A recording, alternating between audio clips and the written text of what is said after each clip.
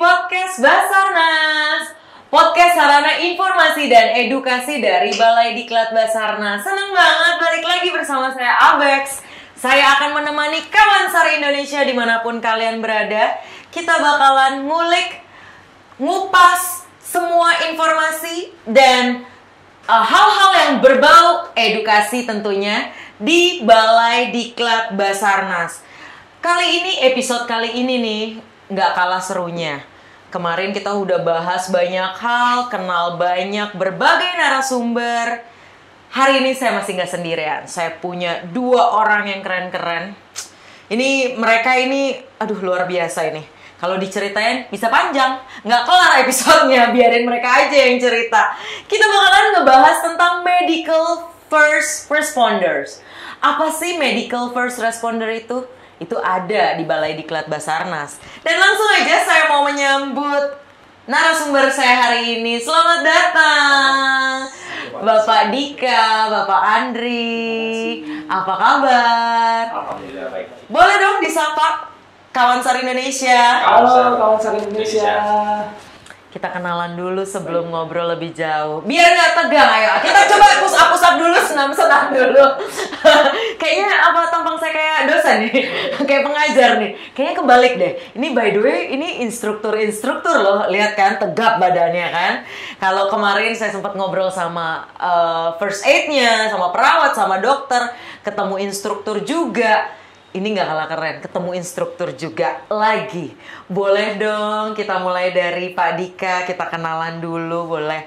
Dikasih tahu sedikit informasi tentang Pak Dika, dari mana nih asalnya dan dari kapan bertugas di sini. Baik, halo kawan Sar Indonesia. Perkenalkan, nama saya Dika Indra Wijaya. Saya bergabung di Basarnas baru 18 tahun. Baru? Terbaik, itu pas banget sama umur saya, Mas. 18 lebih banyak. Jadi 18 tahun yang lalu memulai masuk Basarnas, sebenarnya tidak tahu masuk Basarnas. Ya. Ini beneran deh. Ini setiap narasumber nih ya. Saya menemukan tadi udah 2003, berarti sekarang Bapak orang yang ke 2004 bahwa saya juga sebenarnya tidak tahu Basarnas itu apa. Nggak tahu kenapa pengen masuk. Kenapa? Kalau saya memang daftar Departemen Perhubungan. Ya. Oke. Karena tidak tahu kalau di dalam Departemen Perhubungan itu ada Basarnas. Ada Basarnas. Nah, makanya kita tahu. Tapi setelah ditempatkan, ya saya syukuri, saya nikmati, dan saya jalani sampai sekarang. Sampai akhirnya ini udah kayak usia pernikahan ya Pak? 18 tahun lebih. Itu udah setengah hidup saya. Wah mantap, ya. Setengah hidup. Itu umur saya kan. Separuh. Ya. Jadi masuk dulu di kantor SAR Jakarta sebagai rescuer. Jadi dulu saya juga rescuer 2005, 2007 ke Pos Cirebon. Pos Cirebon kemudian kembali lagi ke Jakarta 2011. Akhir tahun 2011 mendapatkan kesempatan pindah ke Direktorat Diklat.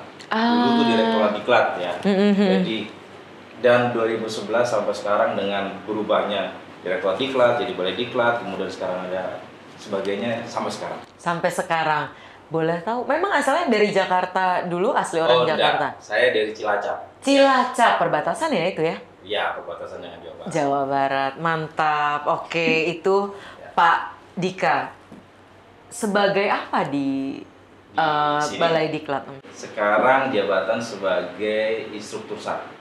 Instruktur SAR. Ini ngeri loh. Ini ngobrolnya sama instruktur langsung loh. Dan satu lagi mungkin ya. Boleh. Karena sebagai instruktur dan satu lagi yaitu sebagai bagian dari tim INASAR ya. Tim INASAR sebagai Liaison and Coordination Officer. Berarti Bapak bertugas nih kalau misalkan ada pengiriman SAR keluar negeri? Iya, kebetulan kemarin baru keluar. Mantap! Tambah lagi nih ilmunya kawan Sar Indonesia. Kita bakalan ngobrol lebih panjang lagi sama beliau nanti. Langsung aja, ini nggak kalah serunya nih. Saya punya Pak Andrian. Pak Andri aja ya saya panggilnya. Pak Andri, boleh silahkan. Halo kawan Sar Indonesia, saya Andri. Saya di sini jabatan saya sebagai instruktur ahli pertama.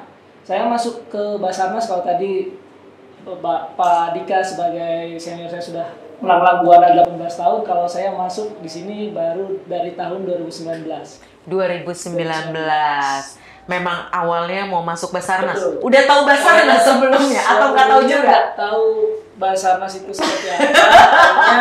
hanya gambaran bahwasanya Basarnas itu yang suka turun di bencana-bencana sebelum di tahun-tahun sebelumnya. Jadi 2018 saya coba daftar dan 2019 sampai sekarang alhamdulillah diterima di Basarnas dan berdinas di sini. Berdinas di Balai Diklat. Berarti dari Dari awal awal sudah di Balai Diklat. di Balai Diklat. Berarti belum ngerasain jadi rescuer. Belum. Kalau Pak Dika dia udah dari rescuer ya Pak ya? Betul. Jabatannya instruktur tapi pernah jadi rescuer. Oh, Pada oke. dasarnya kita semua rescuer. Sama ya, Di pada jabatan dasarnya. manapun kita semua rescuer. Iya, dan basicnya tetap harus belajar hal itu ya. Iya. Makanya yang mau kita bahas adalah medical first responder. Itu bagian dari tugas ya. Ini menarik banget. Sebelum jauh melangkah, saya mau tanya-tanya lagi nih. Ini Pak Andri. Iya. Kenapa sih? Alasannya apa? Apa yang bikin Bapak mau masuk jadi seorang tim rescue atau rescuer atau Basarnas bergabung? Jadi dulu itu kebetulan saya awam soal Basarnas. Saya dulu adalah seorang pelatih fisik klub futsal salah satu di Indonesia, Permata Indah Manokwari. Saat itu saya sebagai pelatih fisik tahun 2018 saya ingin berkontribusi atau mengabdikan diri ke bangsa ini. Saya coba daftar sebagai ASN dan ada jabatan yang mendorong bahwasanya untuk sebagai pelatih dan memang passion saya itu di pengajaran. Jadi sebelum jadi pelatih pun saya sempat mengajar penjas orkes di beberapa Bidang sekolah. olahraga Betul. ya. Oke, banyak ya, kayak kemarin instruktur banyak banget yang memang backgroundnya olahraga. Terus akhirnya 2018 saya mencoba mendaftar karena di situ ada jabatan instruktur ahli pertama. Saya pikir jabatan instruktur ini kurang lebih seperti gumilnya di militer gitu, yang sering digambarkan oleh orang tua dan keluarga saya bahwasanya gumil itu seperti ini dan setelah saya masuk, oh ternyata sama. Instruktur itu adalah sebagai guru di Basarnas juga, sebagai pengajar di Basarnas juga, sama seperti halnya gumil di lembaga pendidikan di militer. gitu. Tadi sebagai instruktur ahli pertama. Betul. Apa itu? Apakah ada ahli kedua, ahli ketiga, Oh, dan ahli waris seterusnya? Jadi di Basarnas ini ada jabatan instruktur itu yang fungsional dan juga ada yang sudah nomenklaturnya memang di Basarnas. Itu instruktur pencarian dan pertolongan. Kalau saya kebetulan di jabatan fungsional tertentu yang nama jabatannya adalah jabatan fungsional instruktur ahli pertama. Begitu. Tapi memang tupoksinya tetap sama, mendidik, mengajar dan melatih juga saya. I see. Nah, kalau Pak Dika sendiri nih, apa sih alasan masuk Basarnas di luar dari ketidaktahuannya yang dari Departemen Perhubungan? Kayaknya banyak terjebak dengan itu ya. Baru tahu bahwa di dalam Departemen Perhubungan ada Basarnas. Ya, mungkin lebih tepatnya bagaimana mulai mencintai Basarnas. Asik, saya suka nih main cinta-cintaan nih Pak. Tapi biasanya ujungnya sakit hati Pak kalau main cinta. Enggak. Ya, itu dua sisi pisau lah. Pasti ada cinta, pasti ada sakit. Betul. Jadi kalau jawaban jujurnya pasti mencari kehidupan yang lebih baik ya. Karena waktu itu memang saya lulusan dari SMA. Ya mungkin beda sama Pak Andri yang sempat mengenyam pendidikan S1 terlebih dahulu. Makanya saya mendaftar dengan format SMA, yaitu waktu itu SMA. Dan jadi rescuer, ya sebenarnya ada hal yang begitu masuk memang kita ternyata bekerja berhubungan dengan masyarakat, bermanfaat lah. Paling tidak sebaik-baik manusia kan bermanfaat untuk orang lain. Mantap. Itu jawaban seriusnya. Jadi ya. Kayaknya jawabannya template deh semua pegawai Basarnas ngomongnya. Sama Jujur ya, betul. Ya dari situ kemudian berkembang. Potensi ternyata kan mulai tumbuh. Ada dari kami pun satu angkatan tuh berbeda-beda. Ada yang potensinya di administrasi, ternyata ada yang di lapangan, ada di teknis, dan entah bagaimana orang yang menilai saya akhirnya memberikan kesempatan saya mulai bergabung di Kediklatan. Dan itu yang ya kesempatan ada dan saya ambil kesempatannya ya sampai sekarang akhirnya makin cinta. ya sebagai seorang apalagi sebagai seorang muslim ya, mungkin bisa memberikan sedikit yang diketahui itu kan menjadi sesuatu yang bisa tidak hanya selesai di dunia ini, mungkin sampai ke liang lahat gitu. Amin, ya ampun. Saya berasa membawakan satu acara agama. Tapi emang seneng sih, karena bagaimanapun menolong orang, melakukan kegiatan kemanusiaan, kalau kuncinya bukan ikhlas, ya kita nggak nuntut apa-apa, bisa bawa orang selamat aja udah bagus. Bahkan yang harus ditolong orang lain dulu daripada keluarga katanya kemarin ya. Kalau bisa memilih ya nggak pengen milih, tapi siapapun di depan mata tidak pandang bulu, harus dievakuasi ya dievakuasi, begitu ya. Aduh, mulia, memang ini mulia sekali. Dari kemarin itu saya ngerasa aura-aura baik di sini. Oke, saya mau tanya lagi nih, Pak Dika, boleh, tadi udah digambarkan sekilas tentang karirnya, jenjang karirnya. Mana yang paling berkesan menurut Pak Dika? Maksudnya dari... Kan awalnya dari rescuer, terus kemudian pindah lagi, atau boleh disebutin dulu pindahnya kemana aja, ya, dan mana yang paling menarik? Semua pasti ada porsinya masing-masing ya. Yang saat ini pasti juga karena berpijak di masa lalu kan.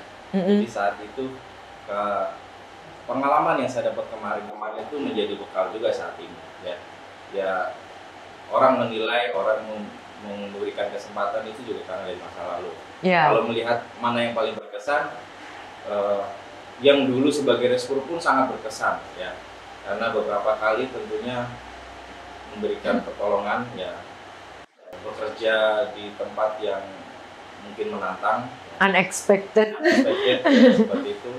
Walaupun sampai sekarang pun, walaupun sudah tidak di tempat yang memang memberikan pelayanan secara langsung, tapi pun masih beberapa kali ketika memang seperti waktu itu sama Pak Andri juga, ketika banjir tidak ada tim lain yang datang ataupun sudah habis, kami pun turun dari sini. Jadi bisa bermanfaat orang lain itu sangat luas dan nggak ada batasannya ya. Kalau ngomong berkesan sekali ya yang paling hangat ya.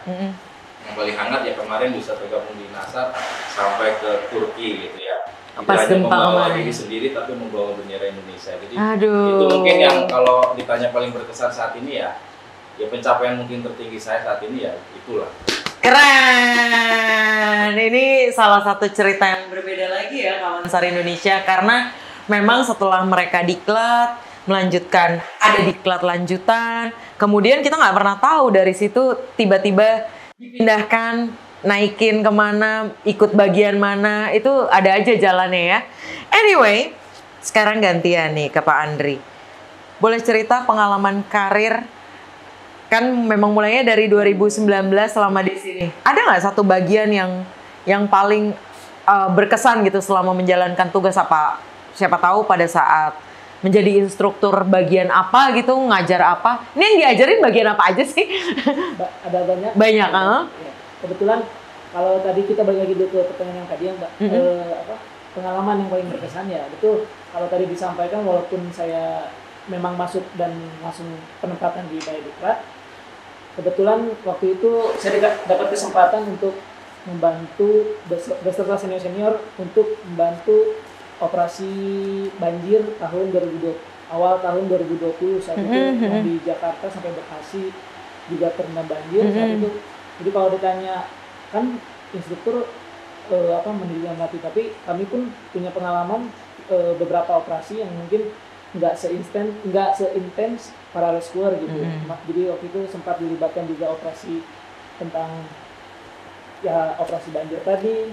Berikutnya kalau pengalaman dalam mengajar, semua pengajaran yang yang pernah saya ajarkan itu menjadi sebuah pengalaman yang baik kalau menurut saya, karena kenapa?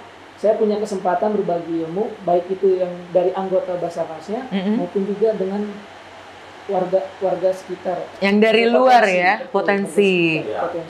Bukan cuman calon-calon Basarnas nih yang sudah menjadi anggota untuk naik tingkat lanjutan segala macam, tapi dari potensi juga, dari luar juga. Pengalaman bagaimana melatih rekan-rekan kita dari tentara, polisi, bagaimana berbagi ilmu, sharing juga bersama mereka yang dulunya memang cita-citanya ingin mengajar dan bermanfaat untuk masyarakat, jadinya sebuah pengalaman yang baik buat saya. Oh, ngajar TNI, tentara dan polisi juga ya? Jadi ini menambahkan ya, langsung teknikal ya. Iya. Jadi kan tugas umum memang tugas pokoknya di Basarnas. Tapi sebenarnya di luar tupoksinya Basarnas pun instansi lain ataupun organisasi lain itu banyak yang memang punya keinginan dan punya jiwa yang tergugah untuk bergerak di bidang SAR. Jadi tidak hanya instansi pemerintah, banyak juga yang memang lembaga-lembaga non-profit yang memang kita memang ingin membantu. Nah, itu memang ada program-program Basarnas juga yang difasilitasi atau dari mereka bahkan perusahaan-perusahaan swasta mengajukan. Memang mereka ingin membentuk timnya sendiri. Mantap. Ya kita bantu fasilitasi apa yang kami ketahui. Itu juga sebagian dari strategi supaya kita saling kenal, saling berkoordinasi. Kalau sudah berlatih bersama, ketika operasi di lapangan, kita sudah satu suara dan tujuannya ya hanya efektivitas untuk menolong bersama. Betul, karena kenapa? Karena ada Basarnas, ada stakeholder, ada potensi yang bisa kolaborasi sehingga operasi kelancaran pekerjaannya bisa terjadi. Mantap sekali.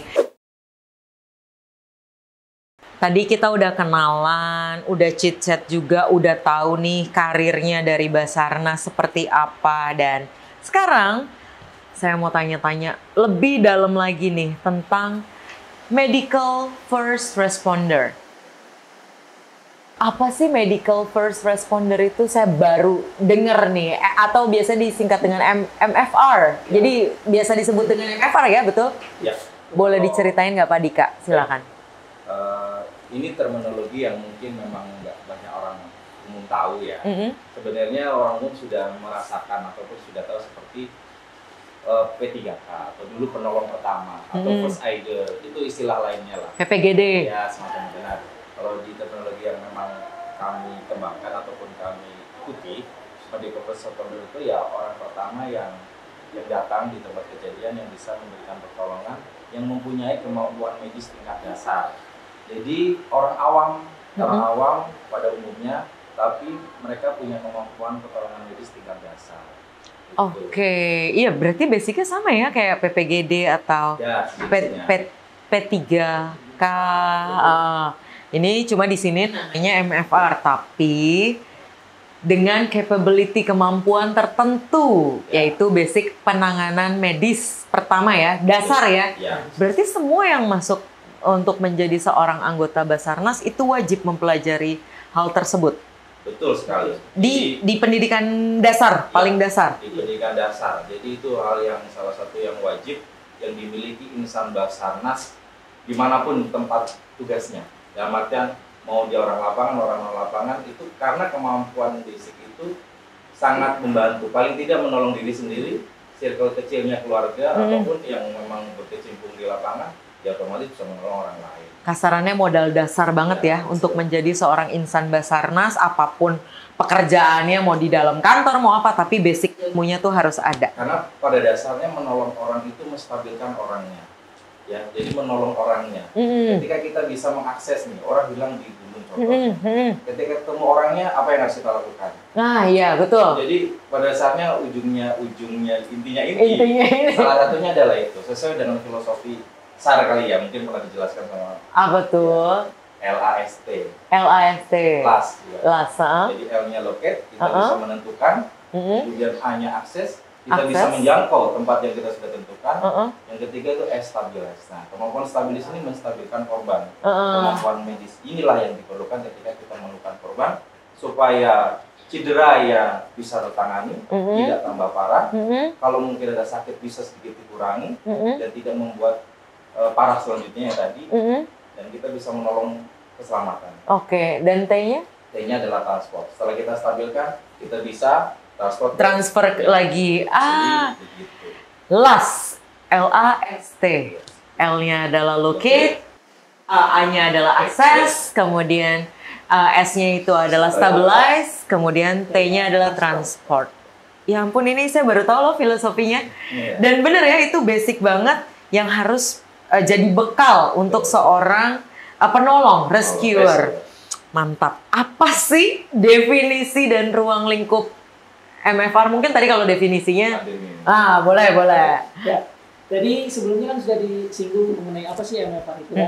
Nah, untuk ruang lingkupnya tadi juga sudah sebenarnya dari definisi terminologi tadi sudah memasuki ruang lingkupnya tadi. Ruang lingkupnya yaitu ya perawatan pra-rumah sakit yang dilakukan dari seorang MFR dengan tujuan supaya si korban kondisinya tetap stabil, tidak membuat keparahan pada cedera yang dialami si korban, dan juga sedikit memberikan mengurangi rasa nyeri bagi yang diderita oleh si korban, sampai nanti bantuan pertolongan lanjutan datang atau sudah ditransportasi.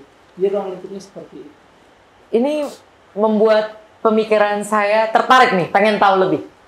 Apa yang dilakukan ketika tadi, bagaimana cara menstabilize orang?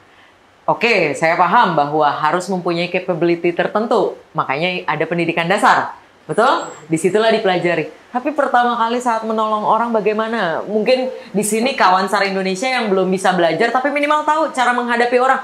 Aduh, dia pingsan, gue harus gimana? Kira-kira misal ada satu case, lagi di gunung ketemu satu korban yang kena hipotermia gitu.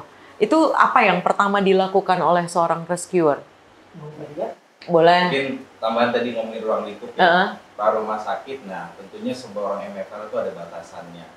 Batasannya lah, bila ada memang tim medis yang lain, tim medis yang pasti lebih capable dari pendidikannya ya. Jadi, nah kalau berbicara contoh tadi ya, kalau seandainya hipotermia ya, tentunya ada langkah-langkah ya. Langkah yang paling pertama adalah bagaimana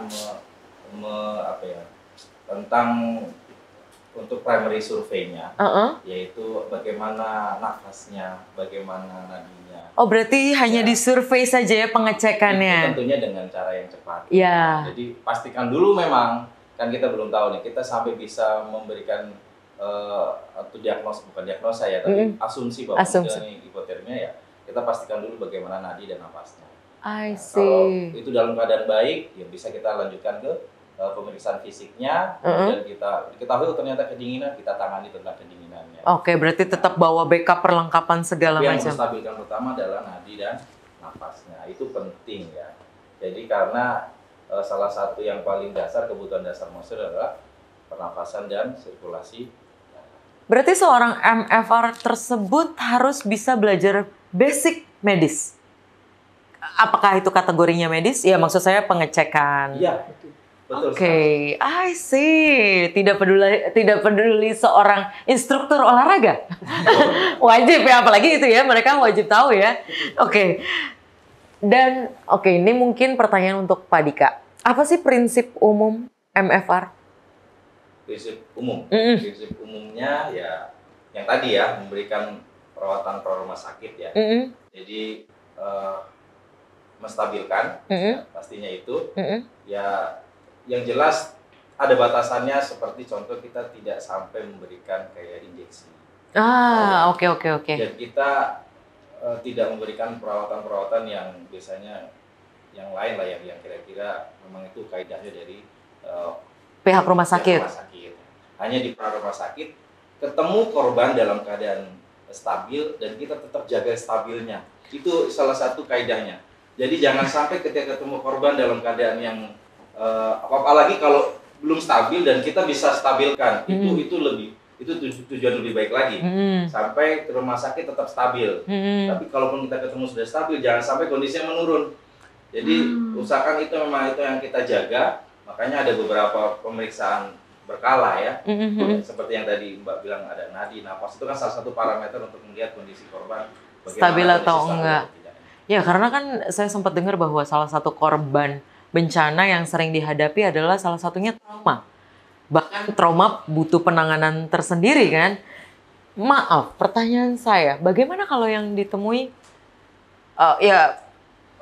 dalam kondisi kritis atau maaf mungkin sudah meninggal dunia? Kalau kritis kan belum meninggal ya. Iya, kalau kritis.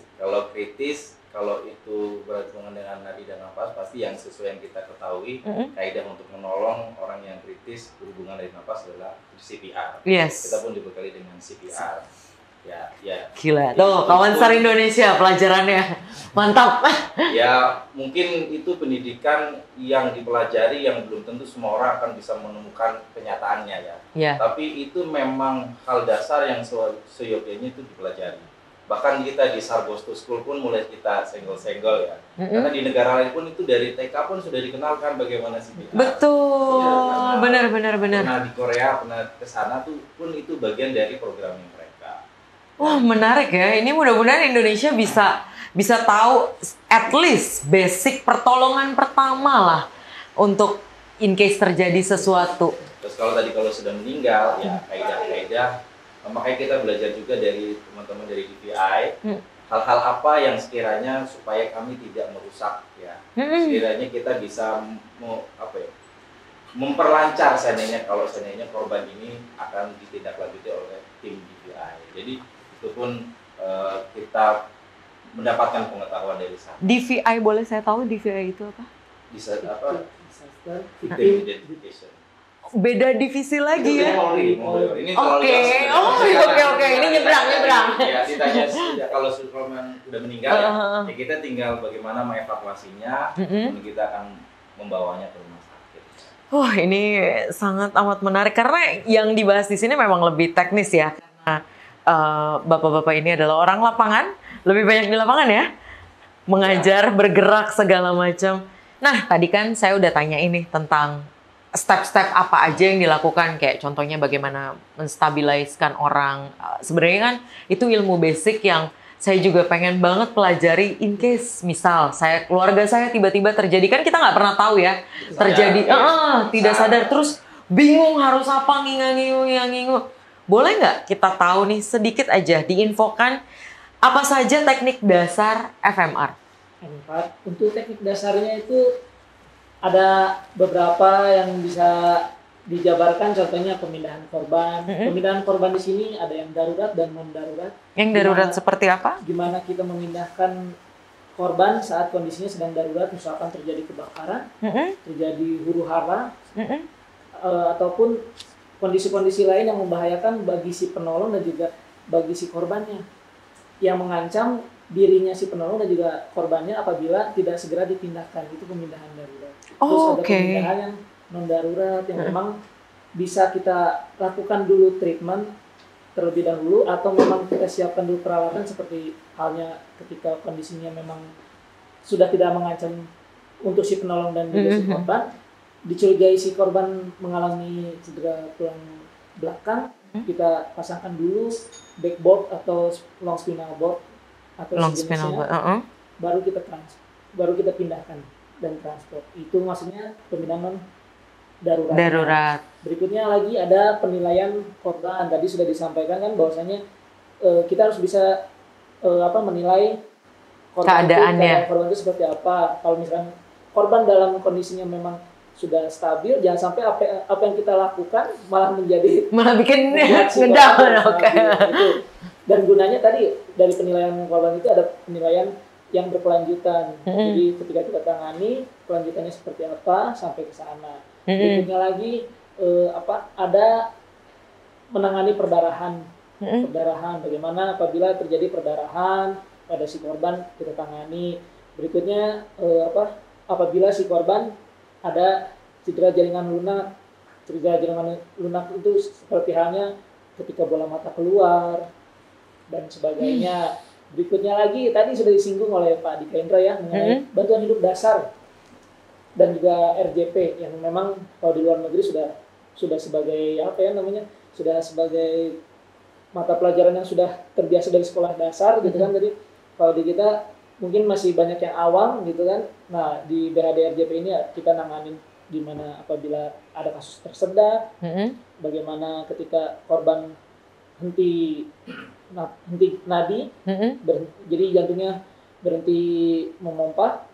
Berikutnya lagi kita ada materi lagi mengenai ketika tadi korban ketika crash, tabrakan dan sebagainya, korban dicurigai cedera tulang belakang, bagaimana kita menstabilkan korban yang memang diduga mengalami cedera tulang belakang atau yang jatuh dari ketinggian dan sebagainya. Ada fracture lah ya. Oh, oke. Terus berikutnya lagi, Kalau di yang MFR lanjutan bahkan sampai kita membahas bagaimana kita memberikan terapi oksigen kepada si korban, memberikan terapi oksigen, terus menghadapi korban yang memang kasus non trauma, seperti memang si korban ini memang kasusnya non trauma ini, contoh dia punya penyakit gangguan pernapasan, terus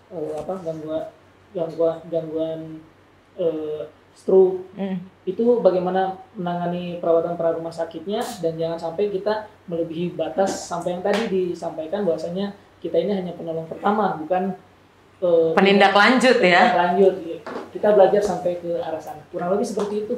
Wah, berarti mungkin tambahan lagi. Boleh. Dari yang hal teknis tadi, kalau di generalisir ya, generalisir prosesnya tadi kan sempat tanya bagaimana sih prosesnya.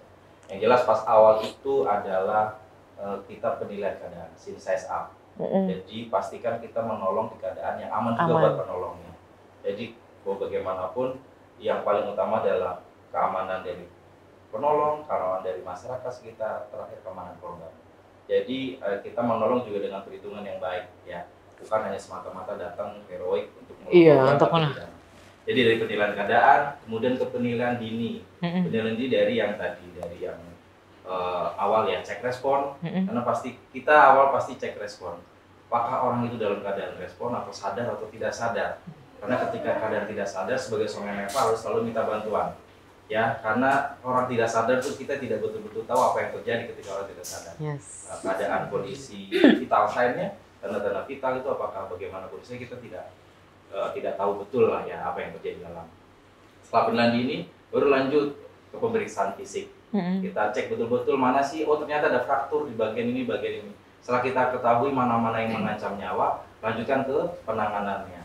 Penanganannya yang tadi dijelaskan sama Pak Andri, apakah dia mungkin patah tulang, ataukah mungkin kasusnya ada cedera yang lain ya, seperti itu. Baru setelah distabilkan, itu baru pemeriksaan lanjutan ataupun kita transportkan dan serah terimakan ke tim yang selanjutnya ya, mau ke rumah sakit atau bisa kita kerjakan sambil jalan, mungkin harus memang begitu menuju ke tempatnya, atau kita kerjakan dulu dengan baik tergantung situasi ya. Ataupun mungkin kolaborasi, tim medis datang ya, tinggal kita sebagai seorang MFA apa masih ada yang bisa kita bantu, ataukah kalau tidak ya kita minggir. Oh, itu kalau berdampingan ya barengan dengan tim medis. Ada batasan.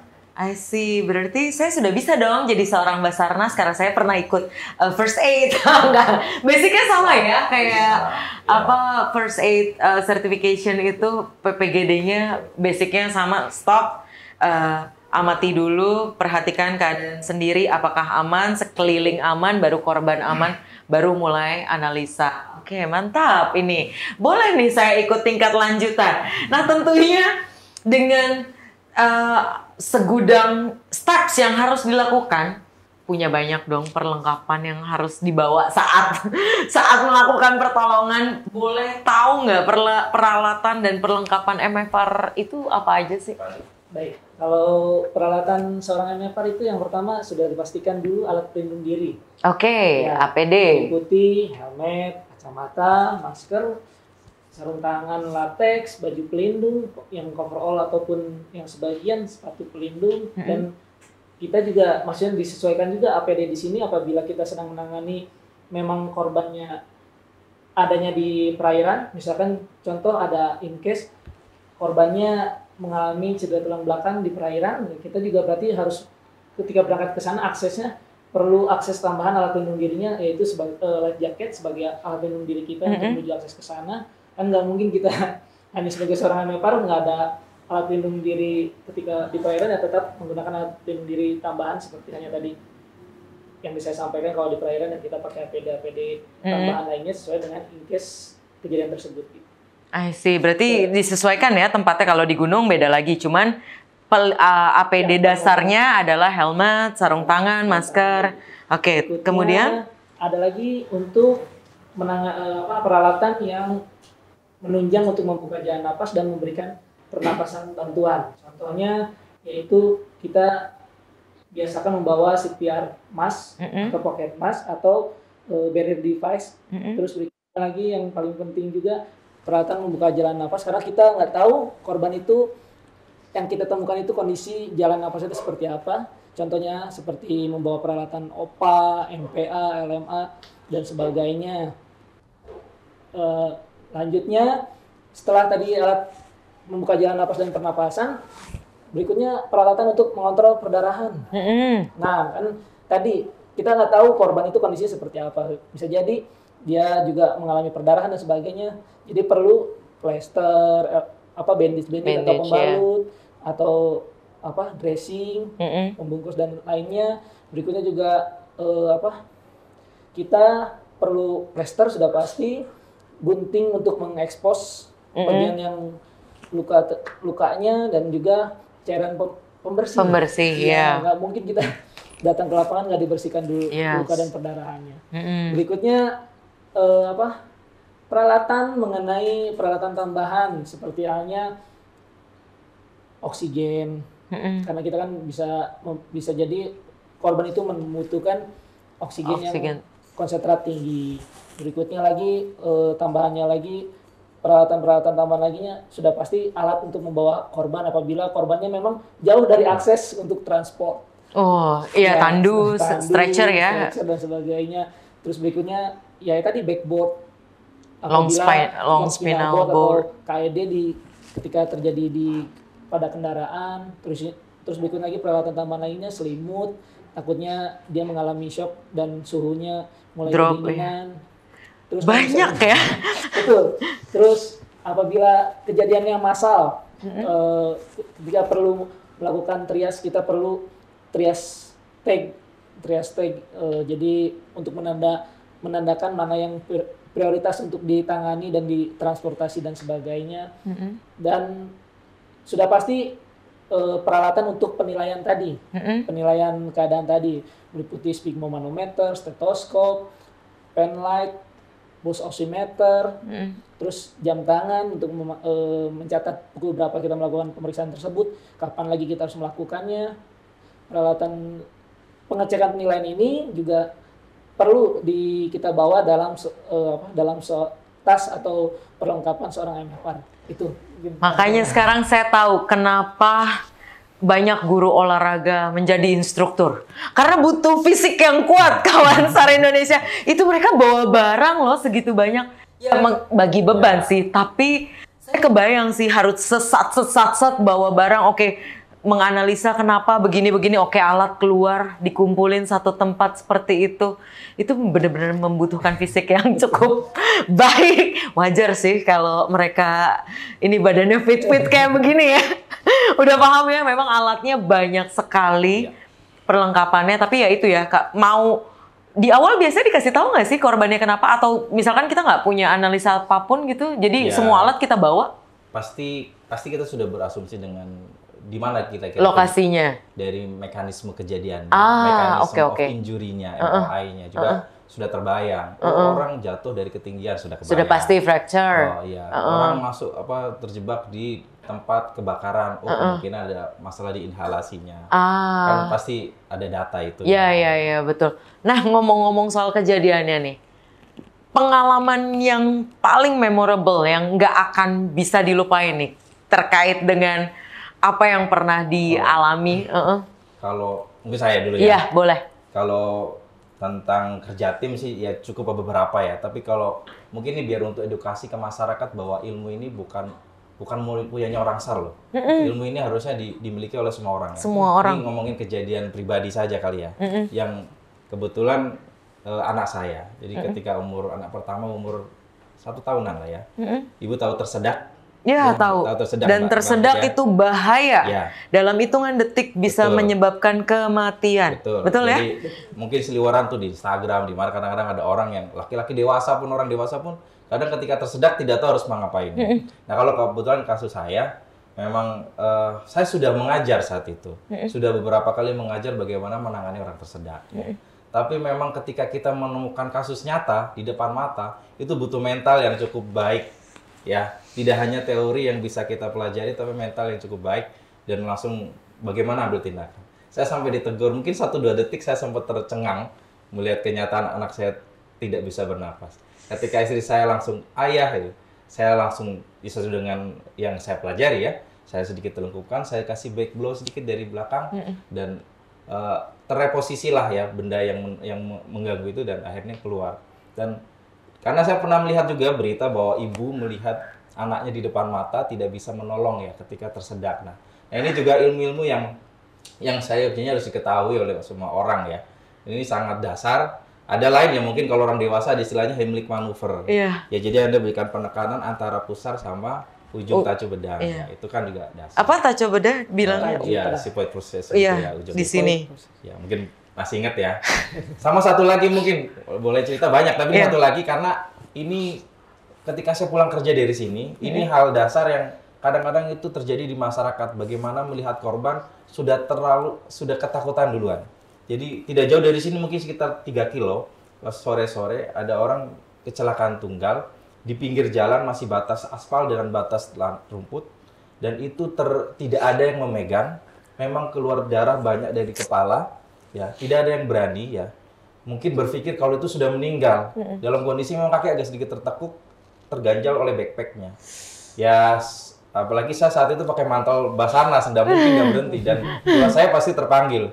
Saya berhenti, saya cek primary survey, saya cek nadinya, nadi karotisnya dan itu besar sekali. Besar sekali. Langsung saya teriak orang-orang, Pak, masih hidup Pak orangnya. Baru semua orang berani mendekat dan akhirnya kita bantu. Dan ternyata setelah kita pelajari lanjut dan kita lihat itu darah ini bukan darah pendarahan besar. Ada darah yang memang sobek sedikit kepalanya tapi itu mengalir seolah kayak keluar dari telinga, seolah kayak keluar dari Jadi, ini mungkin hal dasar yang mungkin bisa masyarakat ketahui ketika melihat seperti itu. Anda bisa mulai dari melihat nadinya dulu. Jadi mental yang baik juga ya. Ya, jangan itu agak bahaya kalau itu tidak segera dipinggirkan. Takutnya juga kendaraan masih lalu lalang. Padahal kondisi orangnya itu sebenarnya tidak dalam keadaan yang sangat fatal gitu. Soalnya kalau mental di sini ngambil handphone, Pak.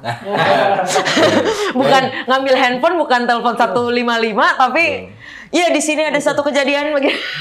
Ya kita memang mendorong semua masyarakat bisa. Betul, karena penting banget. Basic medis itu bukan untuk nolong orang, untuk jadi seorang relawan, tapi memang di sekeliling itu bisa terjadi karena Basarnas itu bukan bicara tentang bencana aja, bahkan hal-hal kecil ya kejadian. Ya kayak itu kecelakaan mau minta tolong sama siapa lagi kalau di depan kantor Basarnas.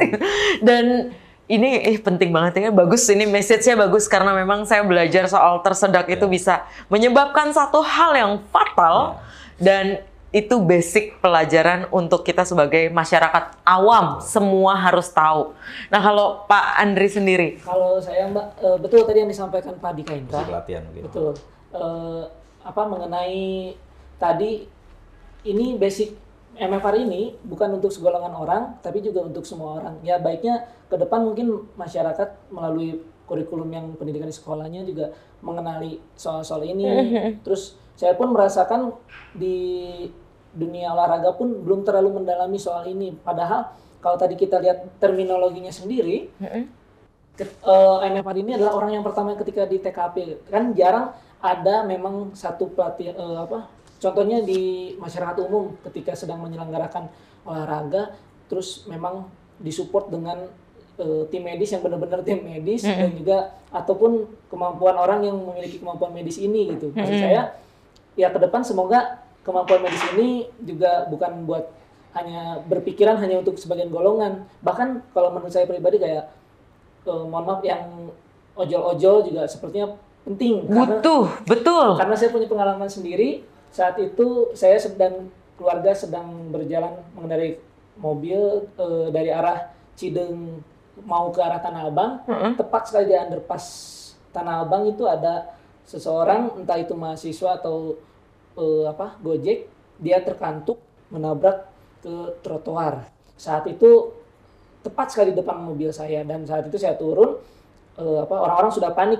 Yang pertama dilakukan sama orang-orang itu mau mengangkat orang tersebut seperti mengangkat karung beras. Betul, karung beras. Nah, di sini pentingnya bahwasanya hal itu tadi yang disampaikan oleh saya, bahwasanya pemindahan korban pun itu hal penting karena yang tadinya mungkin kondisinya stabil ketika kita memindahkan korban tiba-tiba kerakak. Betul, ada sesuatu hal yang mengakibatkan cederanya itu makin parah atau bahkan bisa jadi kematian bagi si korban tadi karena ketidaktahuan memindahkan korban tadi. Dan betul pas saya stabilkan kepala, minta dibantu korban untuk dibuka helmnya oleh orang lain, masih ada nadi dan nafasnya orang-orang, tapi sudah sebegitu paniknya, sudah tidak mau memegang. Dan tadinya mau mengangkat seperti karung beras itu, saya Pak sebentar, ini jangan seperti itu ngangkatnya. Dan dari underpass Tanah Abang itu ke rumah sakit RSUD Tanah Abang itu kan cukup dekat. Saat itu ya saya bilang, saya dari Basarnas, ini korban masih kondisinya masih hidup Pak, jangan panik, Bapak ikutin instruksi saya, Bapak masukin celah-celah tangannya ke sini, kita bawa, karena kalau nunggu ambulan dari RSUD Tanah Abang muter. Betul. Jadi saat itu kita pindahkan secara non darurat, kita pindahkan sampailah di RSUD Tanah Abang. Ini Kawan SAR Indonesia harus tetap pantengin, stay tune terus di YouTube-nya Balai Diklat Basarnas Official. Jangan lupa untuk subscribe, like, komen, dan share video ini jika video ini dirasakan memberikan manfaat. Semoga makin tersebar nih, makin banyak lagi potensi-potensi dari masyarakat yang bisa mengambil bagian untuk berkolaborasi dengan Basarnas.